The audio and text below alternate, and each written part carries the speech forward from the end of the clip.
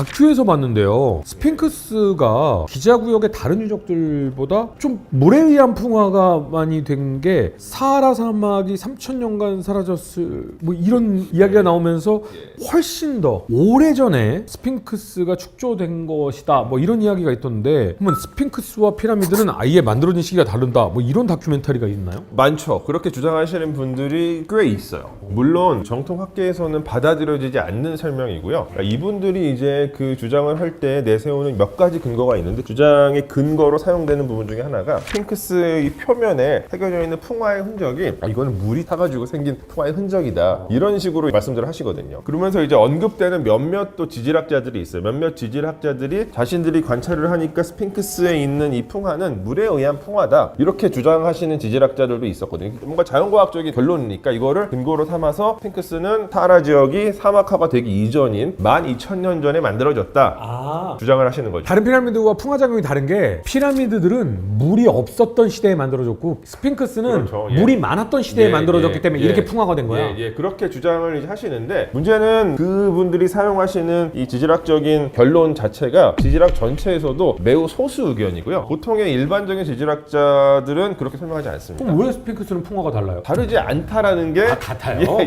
이제 주류 지리학자들의 설명이신 거고. 국뽕인가요, 그러면 그분들은? 그러니까 국뽕과는 조금 다른데, 그러니까 유럽 그 서구권에서는 고대 이집트를 전문 용어로 사이비고고학 그렇죠. 자분들이 있거든요. 예. 근데 사이비고고학이라는 표현은 원래 정식 학술 네, 용어예요. 사이비고고학. 수도 아케올로지라는 용어가 있죠. 이분들은 전 세계에 있는 모든 이 고대 문명들을 하나로 엮고 싶어하고, 그리고 이 모든 문명권들의 배후에 우리들이 지금은 정확하게 실체를 파악할 수 없는 초고대 문명이 있다. 뭐 외계와 비슷하게. 그러니까 초고대 문명의 바탕이 외계인이다라고 주장하시는 분들도 있고, 또 심지어는 이 초고대 문명은 원래 남극 대륙에 있었다.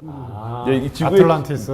약간 이제 그런 식으로 이제 설명하시는 분들이 있는데 사실 스핑크스가 이제 여러 가지 측면에서 그 미스터리가 많은 유적이기는 합니다. 근데 이게 고고학적인 정확을 놓고 보면 스핑크스는 피라미드와 거의 동시대, 오히려 저 카프라 피라미드보다 약간 후대에 만들어졌다라고 판단하는 게 더 합리적입니다. 그러니까 그 앞에 있는 여러 신전들과의 관계를 보면 이게 더 후대에 만들어질 가능성이 매우 높거든요. 그 이야기 그 영화에도 나오잖아요. 트랜스포머에 보면 얼음에 갇혀 있는 그 우주선 막 이런 그리고 느낌. 트랜스포머가 이제 나중에 거기서 보면 2편인가 피라미드 안에 기계 장치가 설치되어 있잖아요. 네. 그런 느낌. 또 하나의 궁금증이 있는데 이 이야기도 상당히 많은 분들이 궁금해하시는데 고대 이집트에 노예가 없었다라는 이야기 이게 말이 됩니까? 아니 그러면 귀족들은 엄청 화려한 생활하고 막 피라미드 짓고 어떻게 말이 됩니까? 꼭 노예가 있어야지 귀족들이 살 수 있는 건 아니죠. 노예가 아니라 일반 바쁘니까 그럼 귀족들이 아니요. 그러니까 이게 노예라는 거는 완전히 정착화된 착착취만 당하는 계층을 보통 의미를 하는데 이집트에는 노예 말고 일반 농민들이 있죠. 고용인과 피고용인 이런 느낌? 월급 받는? 그 약간 그런 느낌이죠. 그러니까 이게 귀족들이 있으면 귀족들한테 시중을 두는 하인들은 일반 평민 계층이라고 보시면 되고 이 사람들이 그렇다고 해서 어떠한 자유도 갖고 있지 못하는 어떠한 권리도 갖고 있지 못하는 그런 계층들이 아니었어요. 그러니까 이집트에서도 노동력을 제공하는 이 계층 사람들을 사용하기 위해서는 어느 정도는 정당한 대가를 지불을 해야 했습니다. 고려에는요 계급 사회였었나요? 신분사회죠, 기본적으로. 우리나라 1894년까지 신분사회죠. 그러면 노예인 거예요? 그러니까 요런 부분은 우리가 조금 생각해 볼 필요가 있을 것 같습니다. 노예냐. 우리나라에서 이제 노비라는 말을 쓰죠. 노비인데 노는 이제 남자 노비를 노라고 그러고 비는 이제 여자 노비를 이렇게 얘기를 하는 건데요. 그러니까 노예가 어떤 가장 전형적인 형태가 두 가지가 있잖아요. 하나는 로마 시대 노예고 그다음에 이제 미국 식민지 시대 그때 이제 노예인데 이게 이제 어떤 특징이 있냐면 노예는 가족도 없고 거의 자유도 없고 인간적인 가축처럼 뭐 어떻게 보면 일만 하는 그런 존재인데 이런 조건이 성립하려면은요 일단 공급이 많이 돼요. 그러니까 로마나 미국은 이게 무한정 공급이 됐어요. 그러니까 고대 로마 시대에 정복을 하면 그 정복지에서 수천 명, 수만 명의 포로들을 끌고 와서 그걸 노예로 쓰잖아요. 그러니까 고대 로마에서 정복이 활발하게 이루어질 때는 그만큼 노예들이 많이 있었기 때문에 그 로마 귀족들의 화려한 생활의 바탕에 노예가 된다는 게 그게 가능했던 거예요. 미국에서 노예 사냥을 했잖아요. 아프리카 가서 그냥 잡아가지고 다.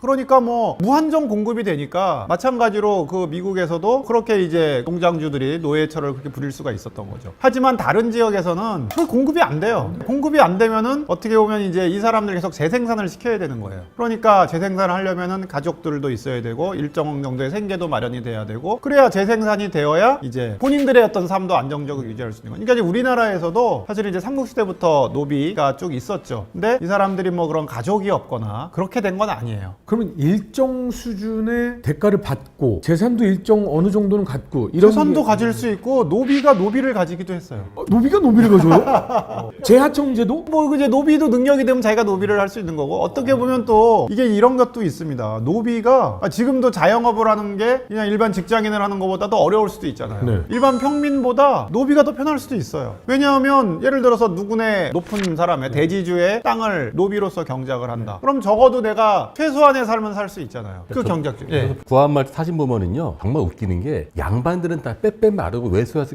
불쌍해 보이는데 백정들, 노비들 다 잘 먹어가지고 키도 크고 아주 그냥 그리고 실제로 우리나라 역사상 노비의 인구 비율이 가장 높았던 시기가 언제라고 생각하세요?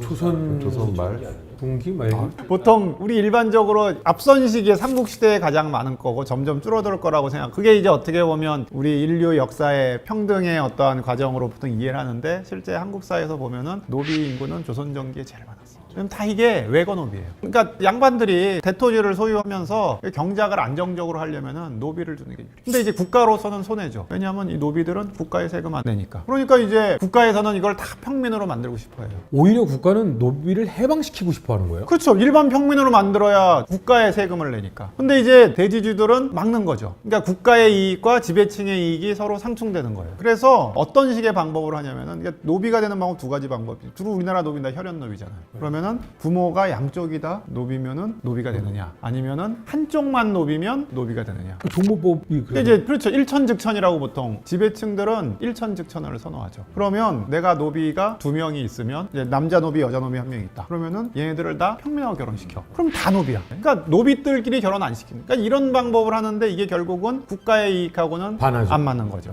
우리나라의 이제 노비 경작 이런 것들이 조선 전기에 굉장히 활성화가 돼서 그때 이제 굉장히 늘어났다. 그럼 자유인이 되는 방법도 있어요? 노비가 자유인이 될 수도 있죠. 노비 문서만 없어지면 자유인이 되는 거죠. 뒤를 어떻게 담? 아이 그런 건 아니고 그러니까 이제 이게 또 조선 후기로 가면 노비가 없어요. 평민들이 많아져요. 그러니까 이런 것들이 뭐 여러 가지 공명첩 같은 거 있잖아요. 나라에 공을 세운다든지 내가 돈을 모아가지고 국가에 내면은 납속이 되는 거죠. 평민이 되는 경우도 있고 공노비 같은 경우에는 오히려 국가가 해방을 시켜줘요. 조선 후기에는. 그러니까 공노비는 주인이 국가니까 국가의 어떤 이제 자기의 신공을 하는 거죠. 몸을 이제 노동력을 하는 거잖아요. 그거 하는 게 효과적이지 않다고 생각하는 거예요, 국가에서. 그러니까 이게 항상 이제 시대별로 신분 관계는 계속 바뀌는 것 같아요. 고대 이집트도 아까 제가 노예가 없다고 말씀드렸는데 피라미드 만들던 시기에 진짜로 노예라고 부를 수 있는 것처가 없어요. 근데 이제 신왕국 시대가 되면 약간 이집트가 이제 해외 군사 원정을 많이 떠나고 그러다 보니 전쟁 포로들을 많이 데리고 오거든요. 아 공급이 많아지네요. 이 공급이 조금 많지는 않지만 조금 생겨요. 그래서 뭐 이렇게 약간 시장에서 하인들을 노예처럼 보이는 사람들을 돈 주고 살 수도 있었어요. 그런 어떤 기록들이 나오는데 이게 또 근데 이 사람들을 사왔다 그래서 이 사람들의 신분이 그렇게 고정되느냐 또 그것도 아니에요. 그래서 여러 기록들을 보면은 어떤 이집트의 이제 중산층 정도 되는 남성이 있는데 여자 하인을 이제 사갖고 와서 입에서 일을 시키다가 나중에 이제 둘이 이제 자식을 낳아요. 근데 이 자식들을 나중에 원래는 하인이었지만 부인이 된 사람한테 막 유산도 물려주고 그 얘기는 뭐냐면은 소위 원래 노예 출신들도 다 사유재산을 가질 수 있게 된 거죠. 그럼 이 사람들은 노예라고 할 수가 없죠. 무슬림 사회에서는 예를 들면 우리 허 선생님이 얘기한 것처럼 자유민과 이 몸종이 결혼해서 아이를 낳잖아요. 결혼이 아니라 이제 첩이라고 그러죠. 아이는 자유인이에요. 무슬림들은 자유인이에요.